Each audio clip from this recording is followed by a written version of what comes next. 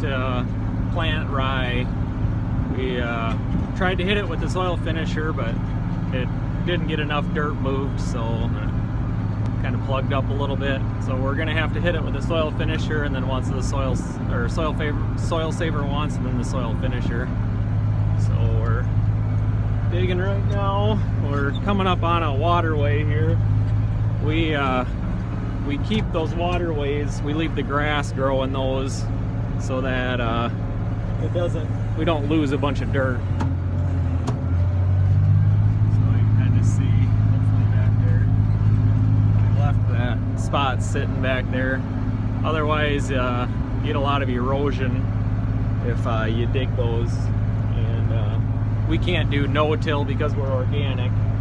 There's not a good way of killing grass, so we have plenty of grass growing in our corn anyway, so we don't really have too much erosion anyway. So, but we do make sure when we do our tillage, we leave any place where there's a lot of water that comes together so that we don't lose any more topsoil than we have to. So it's a pretty scarce resource.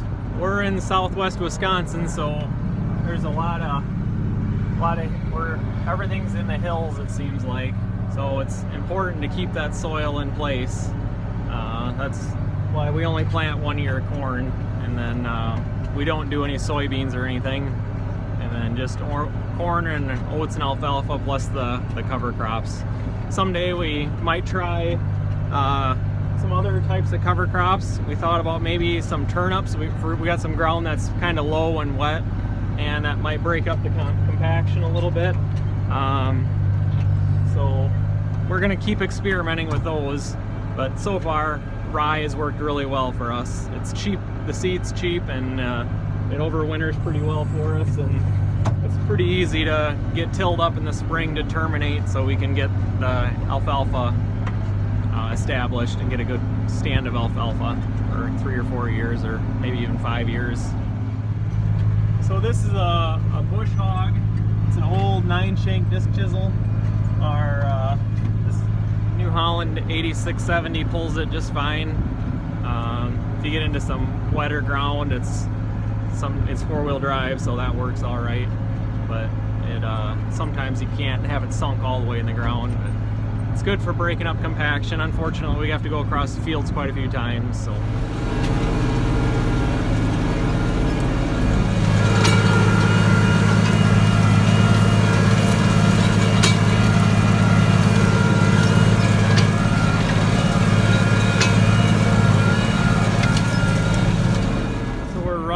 Soil finisher now. It's just a Glencoe soil finisher. Got the sun in my eyes, so it's kind of a little bit crazy here, but we ran the soil saver one time across the field, and then now we're gonna go across it once the soil finisher, and then we go across it just to plant it with a grain drill. So far it's going pretty well. It's breaking up pretty good. We chopped the corn off, so there's not a lot of stalks except for on the outside where we had to run over the outside rows because we have a pull type chopper. So going pretty well. Yeah, so we're digging in this field, and you can see we got some rocks in it. It's kind of a steep hill here. So we gotta try to get this one's not in there too bad. Luckily, hopefully get it out of there without too much trouble.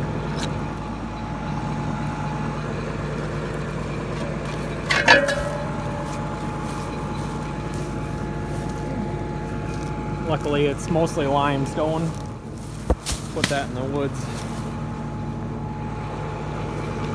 All right, back we go. So we got another rock stuck in here. So they say, see it kind of balled up here. This is what it looks like before you go over it with the soil finisher. Pretty good grooves from the soil saver. And then there, it's nice and smooth.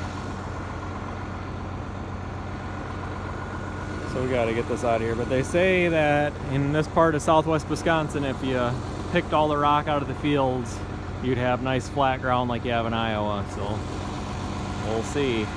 We'll probably end up picking them all. So I think this rock gets the biggest rock of the day award. We dug out of the ground. So there's my foot. It's pretty good sized rock.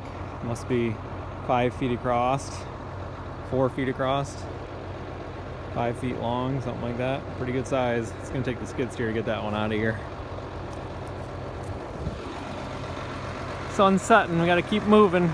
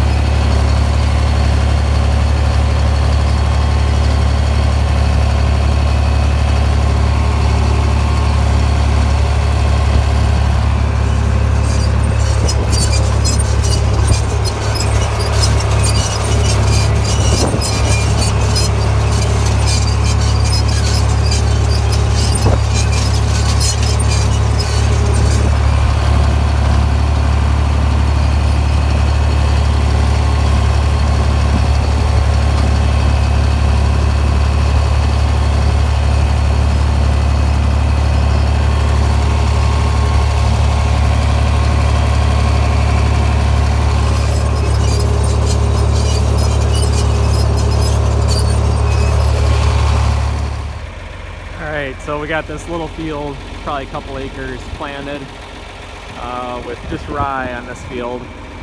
So this is the grain drill we use. We use the 4020 today. And we don't have the packer hooked on the back because we're not planting any alfalfa with it. But here's the rye seed. And we just bought bulk rye seed from an organic farmer, and he just combined it, and it's so nothing fancy, but I guess you call it bin run rye, but it seems to work. We've used that rye in the past and it comes up pretty good. So this will be a nice field because we'll be able to graze it in the spring here when the cows are right next to it anyway, in other pasture, so we'll have to run an electric wire around it. Probably chase cows a couple times because they don't really respect electric wire on our farm, but we don't use much of it. Most of our fences are barbed wire. So anyway, looks like it's working pretty well today. It's a beautiful day. It's starting to warm up. Nice fall day. Leaves are turning. So every year we try something new, and this year all the research says not to do this, but we already have the field dug, and we're gonna put rye on it anyway. We're going across it with the grain drill. So I decided to try and plant some alfalfa with it. So it's probably not gonna stick because it's the beginning of October, and alfalfa is supposed to be planted in August at the latest. But I figure we're already doing most of the work. We might as well see if we can try it and see if it'll stick. Maybe we'll get lucky and some of it will. I think they say the first year of alfalfa seeding, I don't know, I think it's like 15 or 20% of it is hard seed anyway, and it takes a year for it to germinate. But we'll give it a shot and see.